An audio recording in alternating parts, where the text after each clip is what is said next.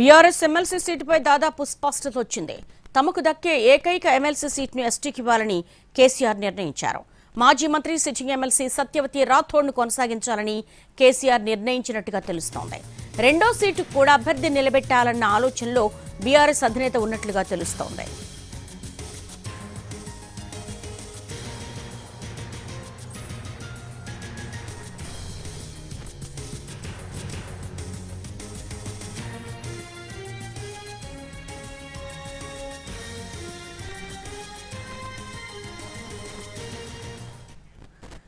BRS MLC సీటుపై దాదాపు స్పష్టత వచ్చేసింది. తమకు దక్కే ఏకైక ఎమ్మెల్సీ సీట్ను ఎస్టీకి ఇవ్వాలని కేసీఆర్ నిర్ణయించారు. దీనికి సంబంధించి మా ప్రతినిధి సతీష్ అడిగి మరిన్ని వివరాలు తెలుసుకుందాం.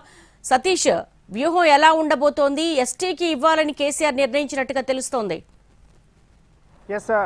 దేవి, అసెంబ్లీలో ఉన్నటువంటి ఎమ్మెల్యేల సంఖ్యాబలం ప్రకారం చూసుకుంటే బీఆర్ఎస్కి ఒక్క ఎమ్మెల్సీ స్థానం ఖచ్చితంగా రాబోతుంది. అయితే ఆ ఒక్క ఎమ్మెల్సీ స్థానానికి సంబంధించి దాదాపు డజన్ మందికి పైగానే పోటీ పడ్డట్టుగా కూడా మనకు తెలుస్తుంది. అయితే దీనికి సంబంధించి వచ్చేటటువంటి ఒక్క ఎమ్మెల్సీ సీట్ని సిట్టింగ్ ప్రస్తుతం ఆమె ఎమ్మెల్సీగా ఉన్నటువంటి సత్యవతి రాథోడ్కి ఇవ్వాలని చెప్పి కేసీఆర్ నిర్ణయించినట్టుగా కూడా తెలుస్తుంది. ఆమె పేరుని దాదాపుగా ఖరారు చేసినట్టుగా కూడా అర్థమవుతుంది. అయితే ఆ సత్యవతి రాథోడ్కి సంబంధించి ఆమె గతంలో ఎమ్మెల్యే కోట కింద ఎమ్మెల్సీ అయ్యారు, మంత్రిగా కూడా పనిచేశారు. అయితే గత నెలలో సత్యవతి రాథోడ్కి సంబంధించి ఆమె శాసన మండలిలో విప్గా కూడా ఇవ్వడం జరిగింది. అంటే ఒక్క నెలలో ముగిపోయేటటువంటి అంటే ఈ నెలతో ముగిపోయేటటువంటి ఆమె పదవీ కాలం ఇంత తక్కువగా ఉన్న సమయంలో ఆమెకి విప్ ఇచ్చినప్పుడే అందరూ కూడా అనుకున్నారు ఆమెని కంటిన్యూ చేస్తారని. అదేవిధంగా ఈ నెలతో ఆమె ముగియబోతున్నటువంటి ఈ సమయంలో ఎమ్మెల్సీలకు సంబంధించి నోటిఫికేషన్ వచ్చిన తర్వాత మొదటి నుంచి కూడా ఆమె పేరే వినిపిస్తుంది. కాబట్టి ఎమ్మెల్యే కోటా కింద వచ్చేటటువంటి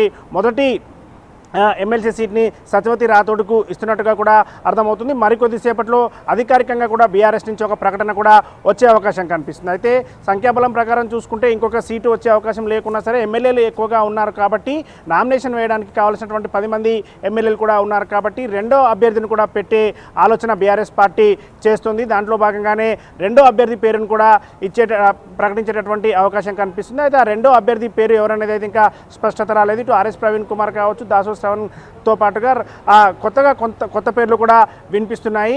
టంకశాల అశోక్ లాంటి జర్నలిస్ట్ లాంటి పేర్లతో పాటుగా మరికొన్ని పేర్లు కూడా వినిపిస్తున్నాయి. అయితే ఖచ్చితంగా వచ్చేటటువంటి ఒక సీట్ను మాత్రం అది కన్ఫామ్ చేశారు. సత్యవతి రాథోడ్ పేరు దాదాపు కన్ఫామ్ అయింది. మరికొద్దిసేపట్లో కన్ఫర్మేషన్ కూడా రాబోతుంది. ఈ మధ్యకాలం అంటే గత 2-3 రోజుల క్రితం జాగృతి అధ్యక్షురాలు కవిత కూడా ఆమె చిట్చాట్లో చెప్తున్నటువంటి సందర్భంలో దాదాపు సత్యవతి రాథోడ్కే ఇచ్చే అవకాశం ఉంది. కొత్త వాళ్ళకి ఇస్తే చాలామంది దీనికి పోటీ పడుతున్నారు కాబట్టి కొత్త వాళ్ళని తీసుకునే ఆలోచన కూడా కేసీఆర్ చేయకపోవచ్చు అనే విధంగా కూడా ఆ కవిత చెప్పడం జరిగింది. దాంతోపాటు ప్రజెంట్ ఇప్పుడు ఉన్నటువంటి దాంట్లో ఏదైతే ఎమ్మెల్సీగా ఉన్న గతంలో మంత్రిగా పనిచేశారు, ఆమెకి ప్రతిపక్ష నేతగా కూడా ఇస్తారని చెప్పి ప్రచారం జరిగింది. కానీ ప్రతిపక్ష నేతగా మండలిలో బీఆర్ఎస్కి సంబంధించినటువంటి ప్రతిపక్ష నేతగా కూడా ఆమెకు అవకాశం ఇవ్వలేదు. ఆ తర్వాత గత నెలలో అంటే ఫిబ్రవరి 4వ తారీఖు రోజు జరిగినటువంటి అసెంబ్లీ సమావేశాల సందర్భంగానే ఆ సమయంలోనే విప్గా కూడా ప్రకటించడం జరిగింది. అంటే ఎమ్మెల్సీ విప్గా ఉన్నటువంటి ఆమెని కేవలం ఒక నెలలో పూర్తయ్యేటటువంటి ఆమె గడువు ముగుస్తున్నటువంటి నేపథ్యంలో ఎందుకు విప్పిస్తారు, ఖచ్చితంగా కంటిన్యూ అవబోతుందని చెప్పి ప్రచారం జరిగినటువంటి విధంగానే మరికొద్దిసేపట్లో ప్రకటన కూడా వచ్చే అవకాశం కనిపిస్తుంది. రేపు నామినేషన్ వేయబోతున్నారు. రేపు నామినేషన్కి చివరి తేదీగా కూడా ఉంది. చివరి వరకు కూడా అంటే గతం నుంచి కూడా మనం చూసాం, చివరి వరకు కూడా అభ్యర్థిని ప్రకటన చేసేటటువంటి విషయంలో బీఆర్ఎస్ ఎక్కడ కూడా లీక్ అయ్యేది, ఎక్కడ కూడా ఎవరి పేరు కూడా బయటికి రాదు. చివరి రోజు లేకుంటే ముందు ఉన్నటువంటి ముహూర్తాన్ని బట్టి వేస్తుంటారు. కానీ రేపు నామినేషన్కి చివరి రోజు ఉంది. అసెంబ్లీలో జరిగేటువంటి నామినేషన్ కార్యక్రమంలో ఇటు సత్యవతి రాథోడ్ అదేవిధంగా ఇంకొక అభ్యర్థిని ప్రకటిస్తే వారు కూడా నామినేషన్ వేసే అవకాశం ఉంది. దేవి. All right, Satish, thanks for the update.